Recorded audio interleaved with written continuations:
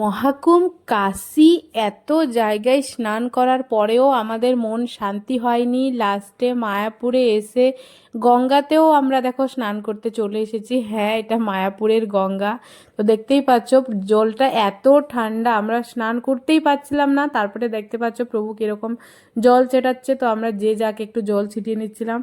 মানে প্রচুর ঠান্ডা। তারপরে দেখো মা হাসতে হাসতে চলে আসছে, মানে কেউ স্নান করতে যাচ্ছে না, ওই একটুখানি নেমে দাঁড়িয়ে পড়ছে আর কি। ভিডিওটা করার একটাই উদ্দেশ্য যে লাইফে এটা একটা স্মৃতি হয়ে থাকবে আর কি। মানে আমার মনে হচ্ছে এই 4-5 দিনের মধ্যে মানে মনে হয় 100-200 বার ডুবকি লাগিয়ে ফেলেছি আমি। মানে কোনো দিন এইভাবে আমি ডুবিনি, দেখতেই পাচ্ছ তোমরা।